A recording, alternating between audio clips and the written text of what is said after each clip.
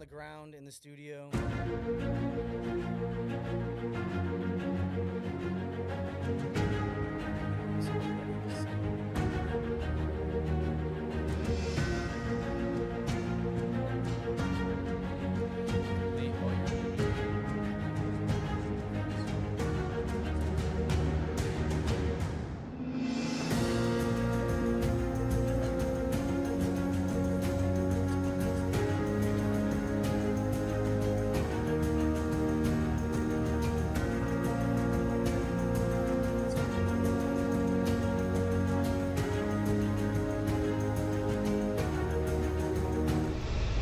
Welcome everybody to the live stream, Captiv Live.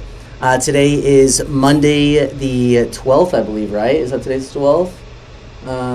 Yeah, today is Monday the 12th, and we've got a really fun show for you guys, and we're going to be talking about virtual production, some robots. We've got an intro today. He's going to be Al, our co-host. We've also got Brandon Washington coming onto the show today. We're going to talk about social media influence. We got Jada is going to be on our set today. You'll see her. We got Jay. He's going to be teaching us a little bit about lights. But first, I want to go ahead and introduce Al. Al, please welcome to the show. Hey, how's it going? Yo, Al. So everybody, just so you can kind of know who Al is an AI. We've been working on developing Al into the show.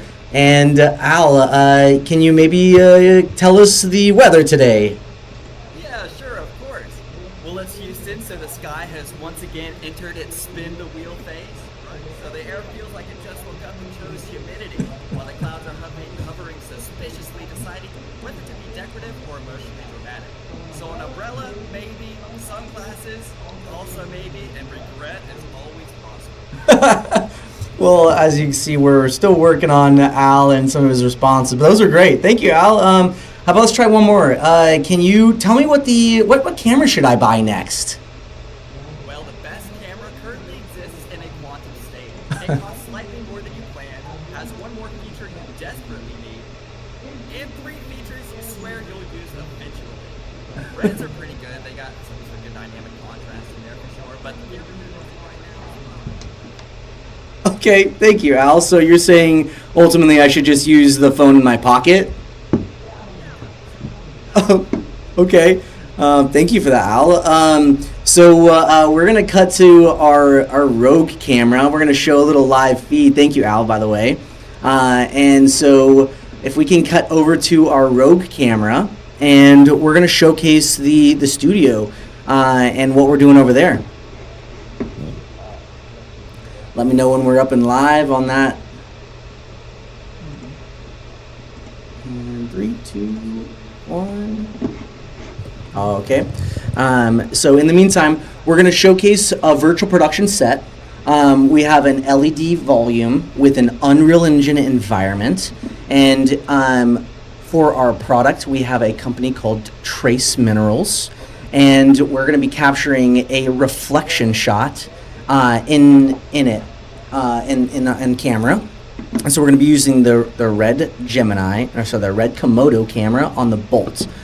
Do we have our live feed up right now, Morgan? Mm-hmm.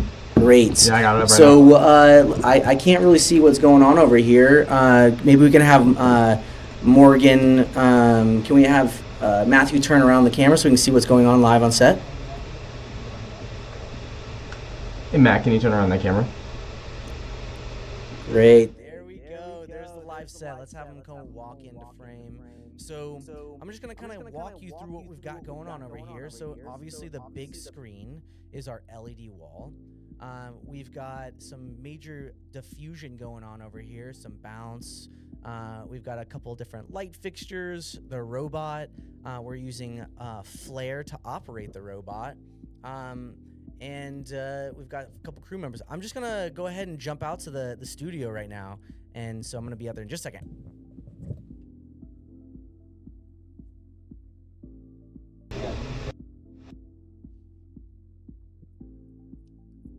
All right. You got me unmuted, Matthew? Okay. So we've got a virtual production set here. I'm going to walk you all through some of the steps. come on over here. We've got Jay. He's one of my good buddies. He does a lot of my camera operating, directing, DP work, man of many talents. Here in a second, we're gonna have him walk through some of his stuff over here. But first, let's come over here. We're gonna show you what's going on. We got Jay and Jada, Hamza and Jada over here, working on set. We've got our product over here from Trace Minerals. Maybe you can come see this clip. We'll show you a clip here in just a moment. But we've got the reflection pond. Here in a moment, we're gonna add some water right here. Maybe Matthew can help, or Morgan can help us get a live feed of what the Rogue camera is doing on there. So Jada, why don't you just go ahead and add some water right here. We wanna fill this up like it's a little reflection pond. Okay. Keep going all the way around the front side of it. Keep going to the front side. Great. So back here, I'm gonna show you, come over here.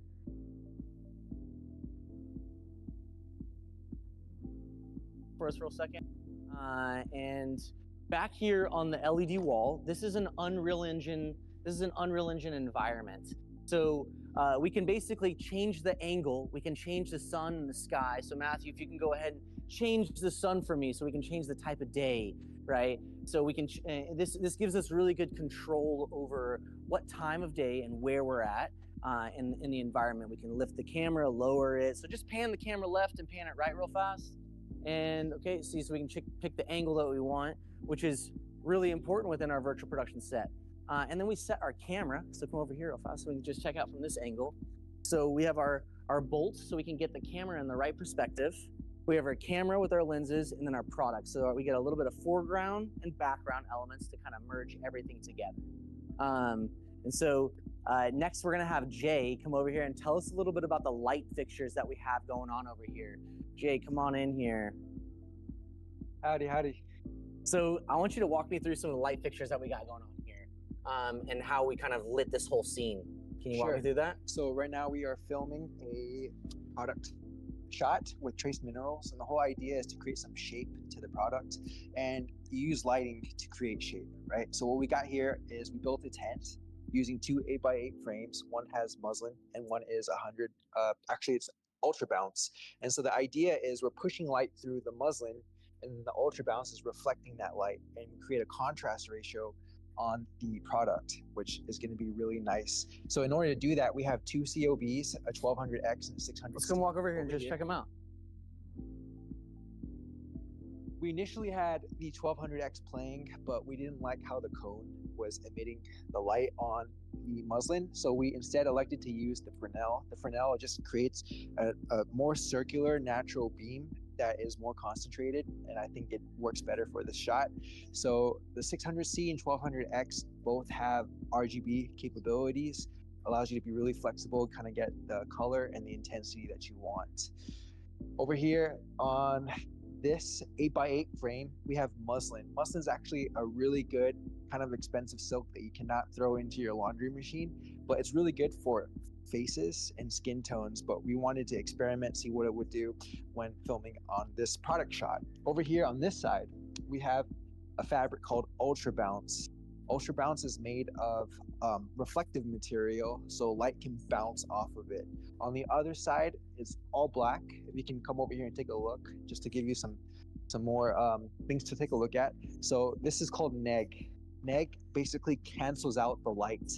So if we were to flip this and the neg would face the product, it would create an even stronger contrast ratio. So if you want to get a really dramatic John Wick looking shot, then you'd use the neg side in contrast with the light side. And that's how you create shadows and shapes.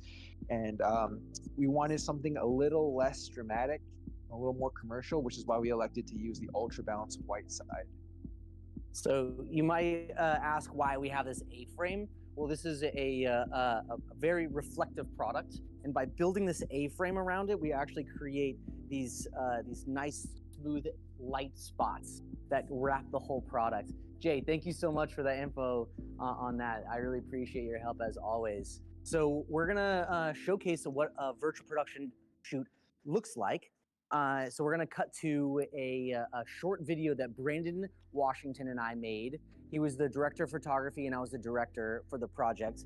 And I'll give you some more information on the backside of that video. So Morgan, if you can go ahead and cue up that video, let's get ready to play it.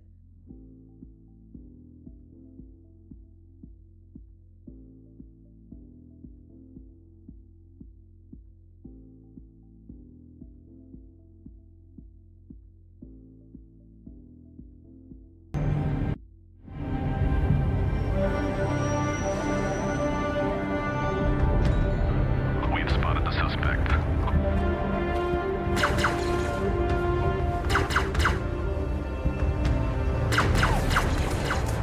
Move up, move up. We have you surrounded. All clear. Copy. Come out with your hands up. Where is the baby?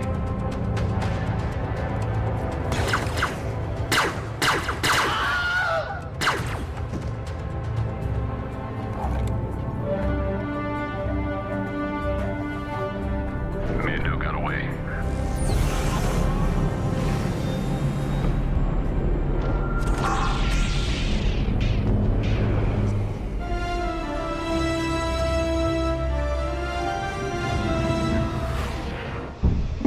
Awesome. So I got to give a little show and tell 2 times. The first one was our shoot for trace minerals. And so we're taking that virtual environment and bringing it to extend into the camera world. And the second video was from Brandon Washington. That was a virtual production job just done, just like I just showed you on set just a few minutes ago. How we take that camera, we align the Unreal Engine environment, and we put our product or a subject or our person into the camera. So we're going to have Al come jump on for a second. Al, you there? Hey, Al. I need you to wake up, Al. Here, come on in frame for us. And we're gonna introduce Brandon real quick. Where are we at?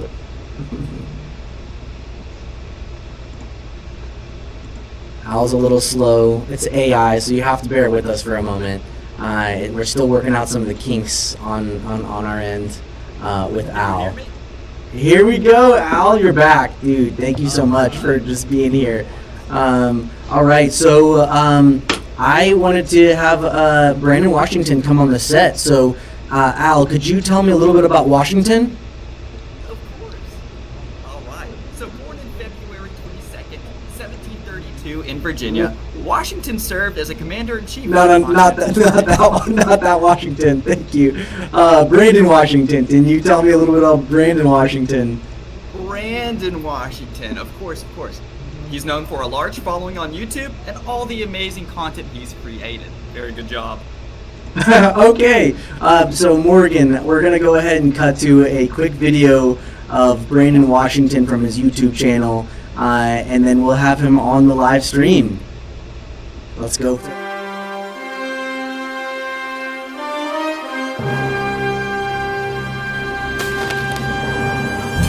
It's nerdy and maybe makes no sense, but I love it. So I think it was about a little over a month ago when my good friend Justin reached out to me with some incredible news. Now, Justin and his production company, Captiv Creative, they have a new location here in Houston that they have named Captiv Studios. And this is a studio that you can rent. Go to our wine. Yo, Brandon. What's up, bro? Thank you. No problem, man. Dude, this morning was a little bit of a hurdle. We were a little late. Bro, y'all are doing the most. Dude, I know. When we have all these little pieces and things that can go wrong, as you can see, you know, But that's also the reason why everything can go right. Yeah. Because you're doing stuff ain't nobody else doing, bro. This is fire. Thank you, bro. Thank you. Well, you inspire me doing this, honestly, with all your live feeds and streams over the years. Oh, man. And all the fun content that we've made over the years, dude. I'm thank you for being here. Like, this is Dude, gonna be thank fun. you for having me. This is next level. I feel like I'm seeing something new Yeah. happening, and it's so cool to see this. This is awesome. trying to stir things up, make things different. Hey, that's what we gotta do, right? And that's what we got to do. That's what we're doing now. So today I really wanted to have you on the show so you can talk about like your career as a YouTuber and how you you build audience, build a career, how you grow your business. Yeah. Maybe you could just start with a story for us, man. That's really. Oh man, yeah. I mean, it's funny. I actually started on YouTube primarily because it just wanted a place to be creative. You know, I think you like myself, like we do a lot of client work, and while there are a lot of fun client projects, there are also a lot of client projects where you're just kind of doing your job and it's not super creative. And so YouTube was kind of just like an open playground where I just got a chance to kind of do whatever I wanted to do. I mean, we made a freaking Star Wars film. Like, I don't know a single client that would like, tell me their budget is to make a Star Wars film. But, that's stuff that you can do on YouTube and have fun with. Yeah, and you wouldn't get that. Nobody would ever ask you to do a Star Wars film unless you made a Star Wars thing. Yeah, and that's Right? the other thing I love about it. It's like YouTube allows you to like try new things and like push the bounds. So then you can then go show that to clients to show what's possible. Yeah. Because a lot of people need to see proof before they can accept it. Yeah, absolutely. Well, Brandon Washington is live regularly and does a lot of YouTube content. Y'all should give him a follow. His content is amazing, always learning new things on his channel. His Instagram feeds are hilarious. I love them. They're so real. It's you personally. I love it. Let's dive in. What's your strategy, man? Like, I know you've been doing this for a long time. Yeah. And so like that's kind of a broad statement, but like what's your strategy, bro? Man, I think the biggest thing about YouTube is like being ready to pivot and to make changes as they need to come. YouTube has definitely changed over the years that I've been doing it. But for me, it's mostly about just like staying creative, trying new things, not just doing the basics. And I know that like, at least for me, that's one thing like I found myself like falling into. It's like, oh, I know if I make this type of video, it'll get views. And if I do this type of thing, it'll work. But like continuing to keep pushing the creative envelope as much as I can and create content that allows me to like reach a larger group, but that also like takes them on a journey and educates throughout the process. Because I'm not like traditionally trained in this. Like I didn't go to film school. And so a lot of this stuff I'm having to learn like the hard way on my own. And so my channel's whole journey was about helping people who were like me who could not learn this stuff traditionally.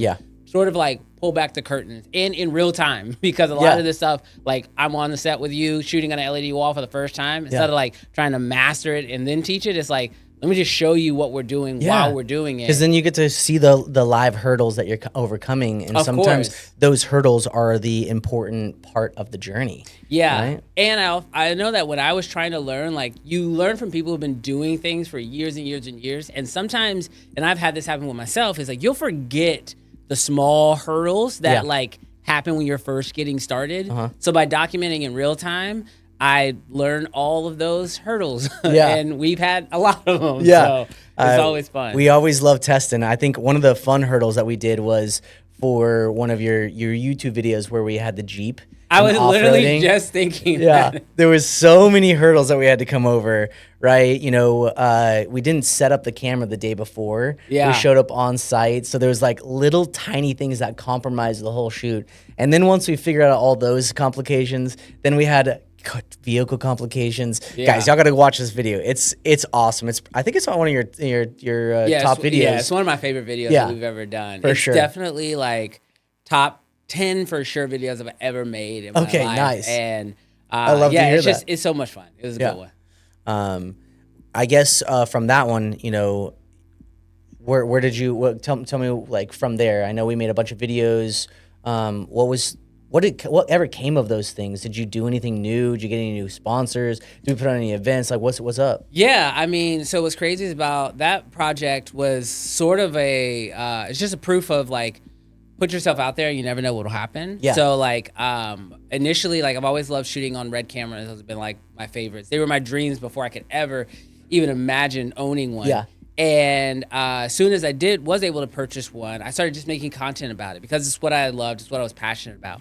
And crazy enough, those videos somehow found their way through the internet to the CEO at the time of Red, Jared, and he loved my videos. And so that project that you and I are talking about that we did in collaboration with Red and B&H, that was because Jared had saw the video. And what's insane is that one little project where I'll be fully transparent, like they gave us like a small budget to make the project, but the entire budget went straight into the project just to make it as good as it could possibly be.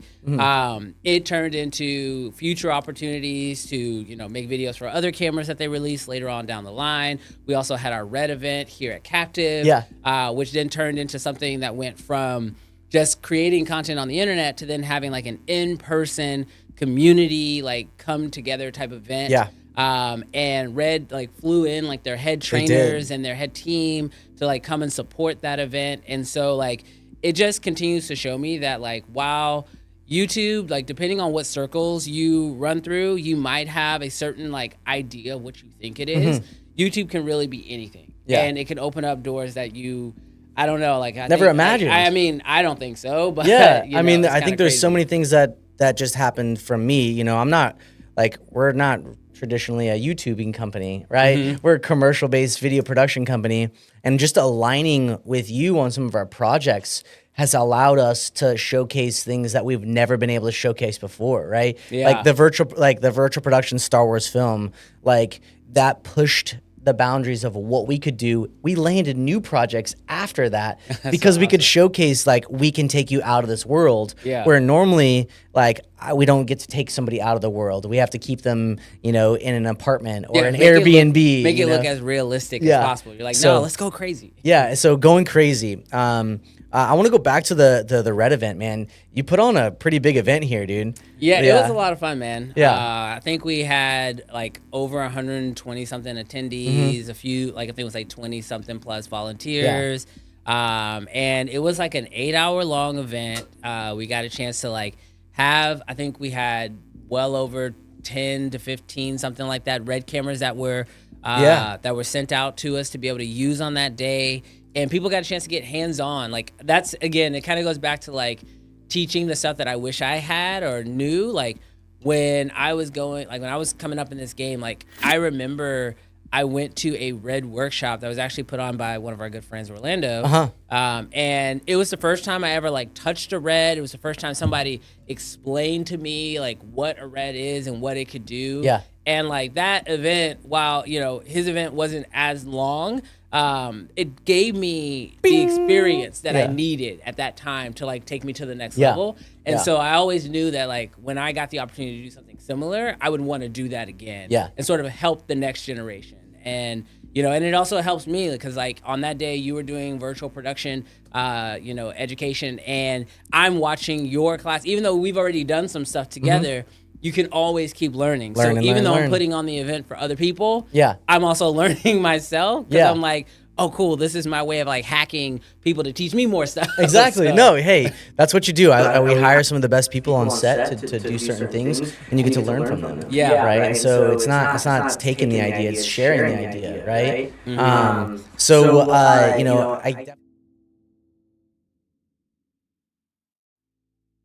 for the show. We wanted to figure out what we wanted to talk about, right? And so, and that's like, how do you get sponsors? Like, what's your process, right? You know, you've got tons of YouTube videos that you've negotiated deals. You've got free lenses, free cameras sometimes.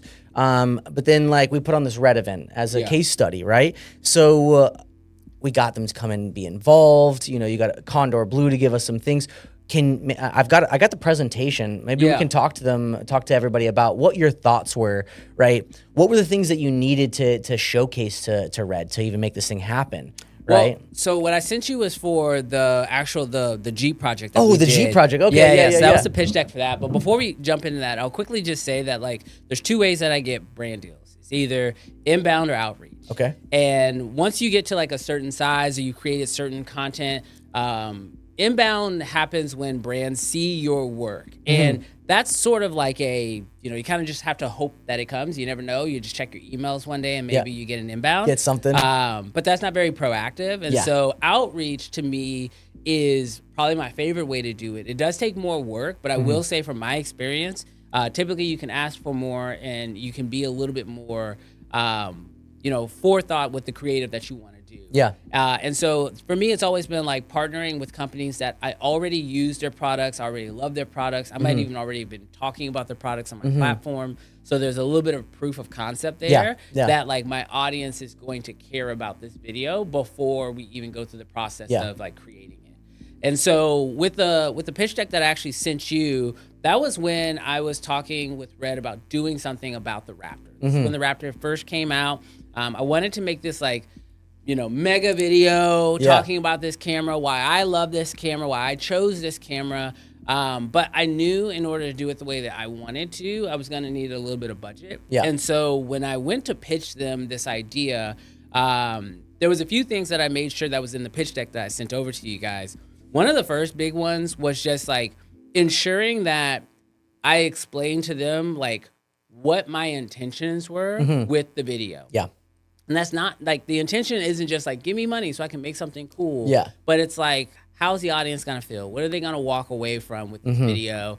And ultimately, like, what are the things that I think I can provide in this piece of content? Yeah. Because being very clear on what you can do, and I think is so important when you're talking to brands, because you never want to overpromise and then not be able to execute. Yeah. So for me, it was like I wrote up actually 3 different pitches, and they kind of fell into like 3 different budget tiers. Got it. And so there was like one that was like, if you give me a little bit of money, I could do this, and that's definitely doable. And then I had a second one, which is like the one that I really wanted to do. Yep. And it's the one that we ended up doing, where I was like, if you give me a good amount of money, we can do this. And then with every pitch like this, I always throw in and if you're insane and I'm insane and you give me this crazy amount of money, then we can go do something nuts. And you never know. It doesn't you got to throw it out there. You got to throw it out there. If anything, it draws their eye back to the one you really want to do. You'll never see a ripple unless you throw the pebble. Exactly. And so that's what we did. And, the project that we ended up doing, it was really the process of showing this camera going through 3 different types of production. So we did a car shoot, we did a food shoot, and then I went and took it to a music festival that I had already lined up that I was going to be shooting. And, Red and B&H, they loved that one, and they loved the idea of, it really following our journey as a production team and going through these different projects. And again, it really spoke to, and it was collaborative, like as much as I put my pitch in there, I left room in the pitch to say, you tell me what things you think would be valuable to share. Because the truth is that with every brand deal you do on YouTube, there's actually 2 ways that it works. It's your audience, but then it's also their audience. And so when I made the video, I wanted to make sure that I made it for my audience, but then I also wanted to make it for Red audience who would find the video as well, because the plan was for Red and B&H to share the video as well. So I wanted to make sure it was valuable on both sides. And I've always found that like when it comes to brand deals and doing stuff like that on YouTube, it's just best to be as collaborative as possible. Absolutely. Absolutely. Well, I want to stir this up just for a quick second. I know you've never met Al. Oh. And so we can maybe say hello to Al. I think Al might even have a question for you. Okay. Morgan, can we get Al to come up real fast? Al, can you meet Brandon Washington? How you doing? Very nice to meet you, Brandon. Yes. You probably can't hear him because he's in my ear. Oh, good. But here. Share buds. Yeah. Perfect. How about now? Can you hear me, Brandon? Oh yeah, I can hear you now. There we go. Tight. All right. Great to meet you. Fantastic to meet you. All right. So, yes, I did have a question. Believe it or not, I do have a brain a little bit. It's built with a computer, so do what you will. I was wondering, what's your approach when getting into YouTube? Did you start making vlog style production content, or when was the click for you when you thought, okay, these videos specifically about cameras aren't only just good for view retention rates and quality, but they also double as potential sponsorships? Ooh, that's such a really good question. I mean, see, this is why we have Al come on, because he asks these great questions. Yeah. So, I mean, I think for me, I didn't even start YouTube with the idea of like making money from it. That was still very, I'm dating myself a little bit, but that was still a new concept when I started making YouTube videos.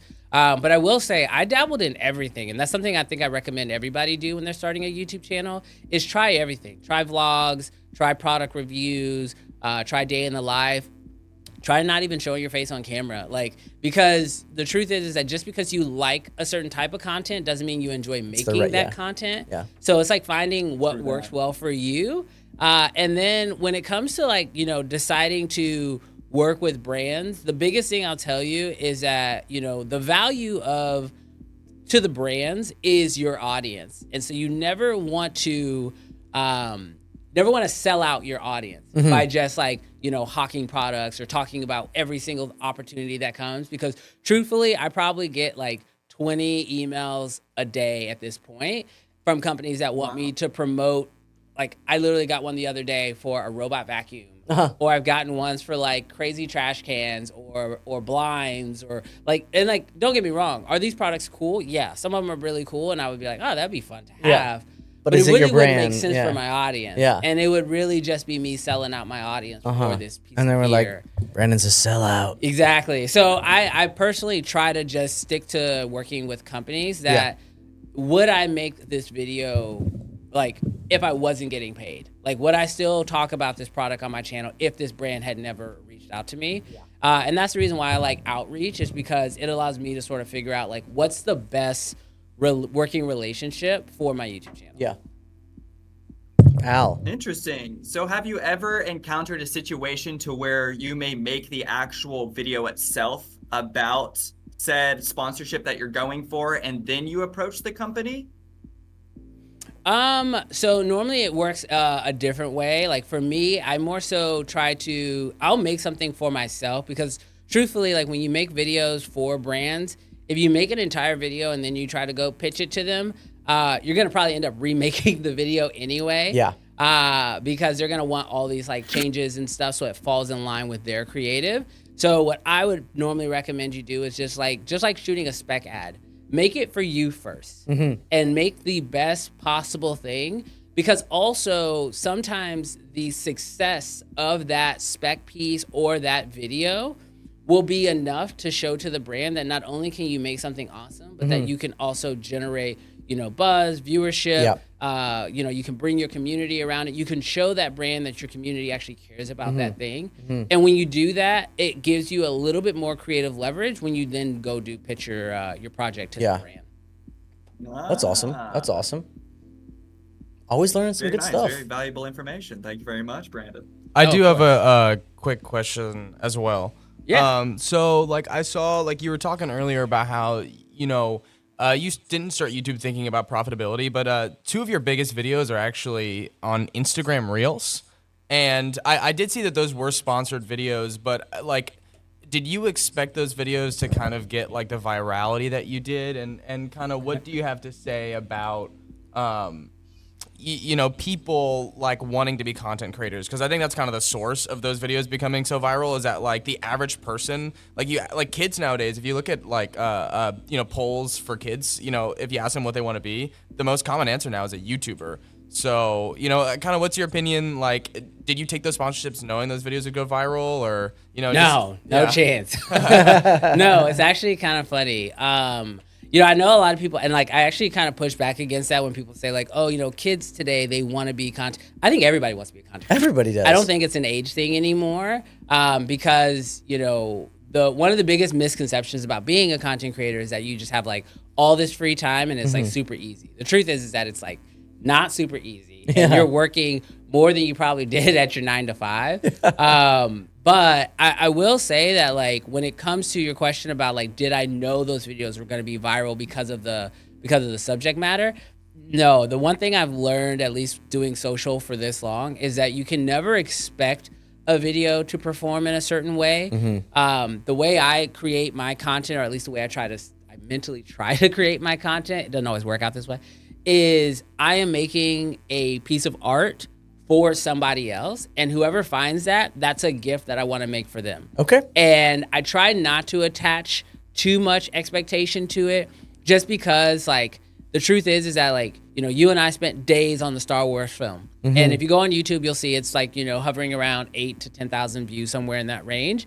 And would I have loved that video to go on and do millions of views? Yeah. Of course, because we spent so much time and energy and effort on it. Yeah. However, some of the videos that I've just made quickly on my phone and posted to Instagram have gone on and done crazy numbers. Yes. And if I allowed myself to just like focus on what's giving me the numbers, I would just be constantly just creating random stuff on my phone, even though my passion is to create, true forms of art. And so for me, it's a matter of don't really create something with the expectation of virality. But when you do create something, whatever idea I have or whatever piece of art I want to make next, do try to create it in a way where it can make the biggest impact it can to the widest audience that it ultimately ends up finding. So that's where, I still think you should think about titles, and you should think about thumbnails, and you should make all these different adjustments to try to get it out to as many people as possible. But ultimately, you kind of just let the art form be the art form. Because once you hit, publish, at least the way I look at it, it's not mine anymore. Now it belongs to the viewers. It's the viewers. And it's how they experience it. Yeah. So that's how I live it. That's interesting. Yeah. It's interesting because I don't think about it like that, right? I'm come from the commercial space, right? I have to think about what my client wants, and sometimes the client doesn't even know what the audience wants, and I still have to give them what the client wants. Yeah. Yeah. So I do like that approach to basically saying, I'm giving you this artwork to the people rather than to the client. So it's a different look. It's one thing about as I run a video production company as well as doing YouTube. Video production sometimes is actually easier because you have one person to please. Yeah. And then when you go to the internet, it's like, everybody. Can you please everybody? And I just learned that that's not you possible. can't. You can't please everybody. So you make the piece of work that you want to put out there. And then what's crazy is I think one of my most viral videos on my YouTube channel is talking about Canva and Instagram. And when I tell you, when I released that video, it came out as a 10 out of 10, so the lowest of the low, maybe hit 1,000 views after 3 or 4 days. I gave it some, I just let it go. I'm not even kidding. I woke up one morning and it was at 90,000 views. And I was like, what happened? It was like, the right people found this video. The algorithm found the right people for it. And then for those people, it became, now what it is. It was that gift for them. And so many people have found value from that video. But if I would have been thinking about just virality after a week and it was still not performing, I could have easily just been I'm just going to take it down. It's just not doing what it's supposed to do. But sometimes you just leave it up there and, maybe the right people find it. Do you think it was the timing and the edits, the choices of music, or any of those things part of the equation when that video popped off? I think for the one nice thing about being a filmmaker is a lot of times we try to do stuff that takes us from 90% to that 100%. That last 10% to just make it ever so slightly more perfect. But once you get out of the filmmaking niche, our 90% is 2,000% in every other category. Whether that's food, or in this case it was Instagram education. So my edits, people were like, how are you editing like this? Or what's that? What microphone are you using? Or and the video seemed so overproduced for that niche, but to us, that's normal. Yeah. So they loved it, and I think that's what helped a lot. But yeah, with that video, I definitely tried to keep to the pacing because we were teaching a lot, and I was all right, I don't want this to feel boring. So the pacing was a little bit faster. Gotcha. Well, I want to leave the floor open for you. Is there any knowledge that you want to drop on them? I have another question, actually. Al's got another question. Okay, Al. Yes. When you were crossing the Delaware River in 1776, in the dead of winter with low morale and zero. I think you might have the wrong Washington. It's the wrong Washington. Yeah, I think you need a software update. Brandon, Washington. Oh. I'm just gonna take him off. Yeah. Just to go. We need. We have some. Delete me, please. Oh, we're not gonna delete you. You'll be back, but we still got some things we gotta work on. Thank you, Al.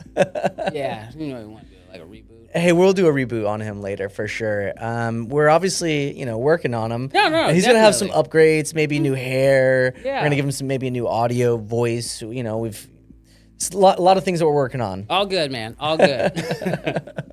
But no, honestly, I did want to give you the floor, right, to talk about and drop some more knowledge.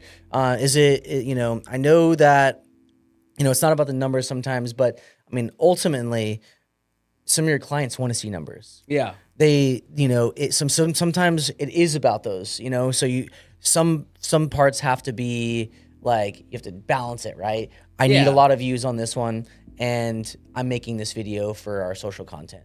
I mean, to be fair, how do you juggle all of that? Yeah, you know? I mean, I don't think any creator makes a video and doesn't try to get as many views as possible. Yeah. I mean, a lot of that, spawns from the idea. You know, like you're coming up with like, I mean, as a creator, I probably have had thousands of ideas and have made maybe hundreds. Like you're just, because some of them you just don't know exactly how you put it out. And you know, I've heard a lot of very important YouTubers say, like, if you can't figure out how to package it, come up with the title and the thumbnail, then it's, you know, it might be tough to even produce that video to begin with, which is so true, because the hardest thing is when you do spend a lot of time and energy on a video that you think is really, really good, but then, you know, nobody sees it because you didn't package it well enough. Yeah. So, you know, when you are looking at YouTube, obviously title and thumbnail are the biggest things that you can do. And figuring out how to, because YouTube, as much of as like as a video platform as it is, it's really more so a like packaging platform. Like, how well can you come up with an idea, package that idea, and then share it with people and get people to want to click on it and to care about it. What does a package look like? Just kind of like break it down if I'm like new to YouTube, right? Like, what does that mean? Yeah, so literally it's like three things of an idea. It is your idea for the video, it is the title of the video, and the thumbnail of the video. Yeah. And if you cannot come up with an idea that people will care about enough, then no one's gonna watch it no matter what the title and thumbnail is. But let's say you have like the most amazing idea of all time, but you cannot figure out a title for that idea because it's like, you know, it's too complicated or it uses words that people don't understand. Then they're not gonna be likely to wanna click on that video either. And then the thumbnail has to grab their attention. And so if you can't put together an image that when they're scrolling on YouTube and there is like 20 other thumbnails, yours somehow stands out enough to get their attention. They then read the title to get further understanding of what they're looking at, which is all then backed by the idea. They will never click on the video. And so then, like, it really does come down to, it doesn't matter how much time, how much energy, how much editing, how cool your intro is. Like, everybody always talks about how in the first, you got to hook them in the first 30 seconds. If they never click, they never see the hook. They never see it. So it doesn't matter. Yeah. So, like, literally the hardest thing for me as a filmmaker and as a video shooter was to realize when it came to YouTube, like, half my efforts really need to go into my idea, my title, and my thumbnail. Because if I don't, then I put 90% of effort into the video and only 10 into my packaging. It really won't matter, because it doesn't matter how cool the video is if they never click on it and see it. And that is the big difference between horizontal content on YouTube and then shorts, Instagram, TikToks, and those things, because one, you choose to consume, the other is fed to you. And that's sort of the big difference. Man, that's so interesting. So again, like, this is a new world for me, because I do commercial stuff, so I don't ever have to think about the thumbnail. Right? I never think about the thumbnail ever. Like, my client never even asks for a thumbnail. When it's something that you physically, mentally, emotionally stress on to make sure that this thing is real. Like, a lot of times we're making multiple. Like, I was gonna say, YouTube has this awesome new feature now that allows you to like test run is it 3 A/B different testing? titles. Okay, nice. So you can have 3 different titles and 3 different thumbnails, and you can have variations of those. And so a lot of videos I am testing multiple different thumbnails, seeing which one is performing the best, because that's the other thing about, you know, I said it's hard to chase virality. You never know what people are gonna resonate with. And the one thing that I know is that I don't know anything. And so, like, you really do just have to put the data out there, like put the information out there, and then collect the data and then see. And then review it. Because even people might tell you what they think, but a lot of times that's not what the data always backs up. Like, my mom says she watches and loves the video, but the data might say that people don't like the show. Yeah, I'm just or kidding. they might say like, they might tell you like, oh, I love the show. But like, they loved the first 5 minutes that they watched. And then they got bored, and they didn't think they got bored. They just did. So they clicked off and went and did something else. So we just need to keep things engaging, change some things up. Keep And so going. that's where you trust the data to show you, like, because a lot of people don't even realize that they're bored, that they're clicking off, or that they're doing something else. Because if it's engaging and we're teaching some information, Yeah. people are gonna stay. They're gonna hold on to it because they want that knowledge. Yeah, I So- mean, I used to think, especially with our content, that I thought like people really love education. They want to learn. They want to learn. They want to learn. Yeah. And what I have learned since then is that while education is cool, what people really are looking for today is connection.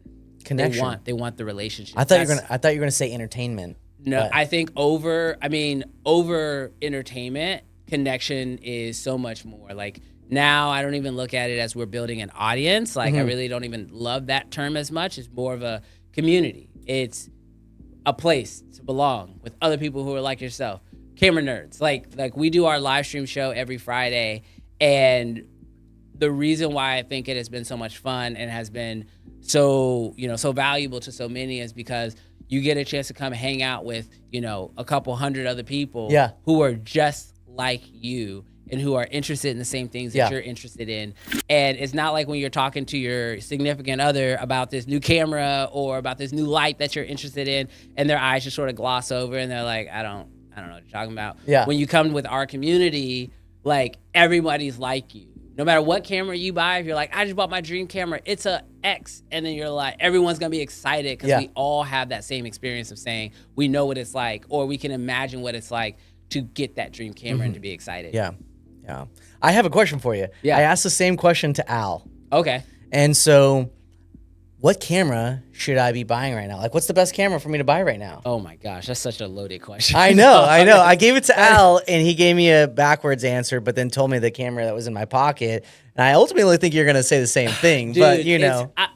Okay, I'm gonna give you the practical answer, and then I'm Yes. gonna give you like nerdy Brandon's Great, answer. I love it. I love it. So the practical answer is, truthfully, anything that has come out in the last 3 to 5-ish years is probably more than good enough to do exactly what you're looking to do. Yeah.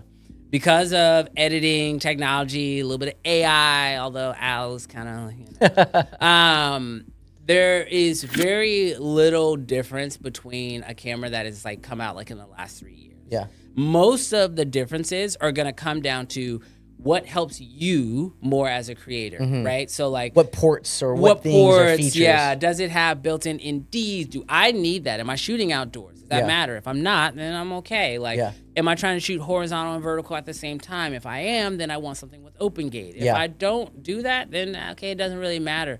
And so while the image quality is about the same across most cameras today, really what you're deciding between is what makes it easier for me to be able to create. Yeah.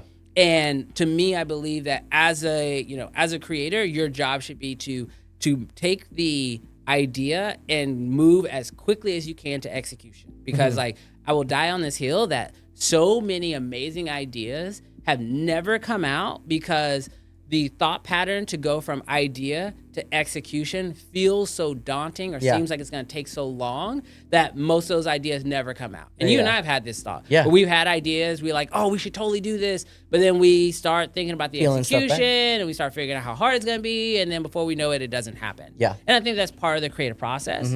So I believe that as a creator, you should be looking for whatever camera allows you to go from idea to execution as fast as possible. Yeah. In some cases, that is your phone.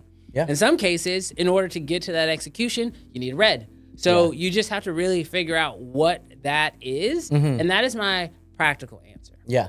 Now, my non-practical answer. Yeah, let's hear it. Let's is hear it. Buy that camera that you want to buy Yes. right now.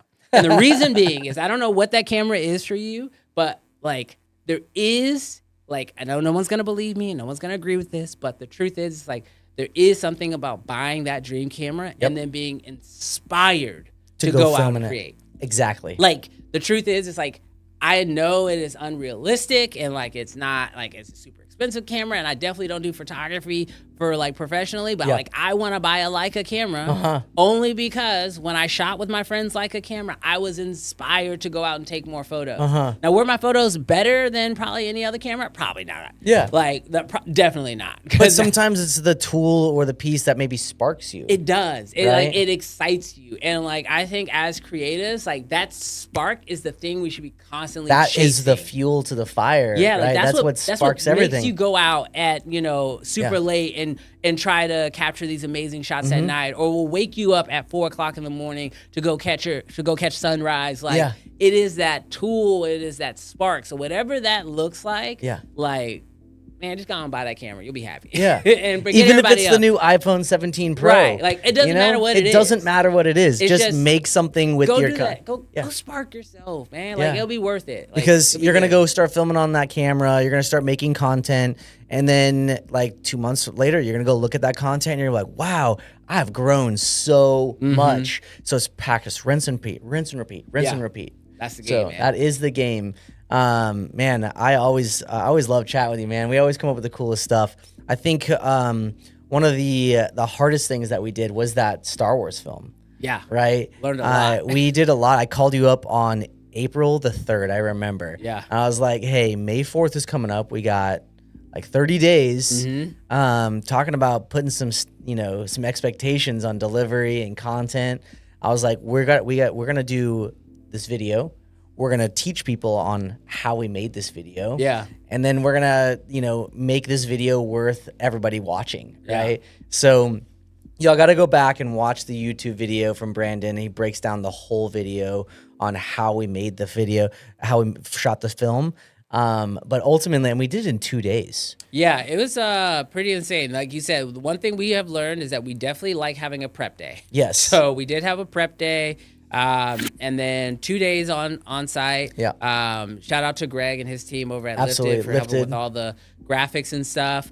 And yeah, it was a fantastic experience. It was the first time, like, we had shot a little bit here and there on the LED wall, but by having the mindset of saying, like, we have to have a finished project when we're done with this. Yeah. It really forces you to, like, learn those things. We learned about, like, how to light up against the wall, how to deal with reflections, because we had the genius idea of doing the Mandalorian with this reflective helmet. So we were like, yeah, let's make this harder on ourselves. Exactly. But we learned so much during that process. And to this day, again, like, that's another one of those videos. Like, on my YouTube channel, I have, like, Brandon's faves. Yeah. And, like, that video is in there, regardless of how many views it actually ended up pulling. Yeah. Because I learned so much, and that is the kind of video that I wish existed when I was starting this journey.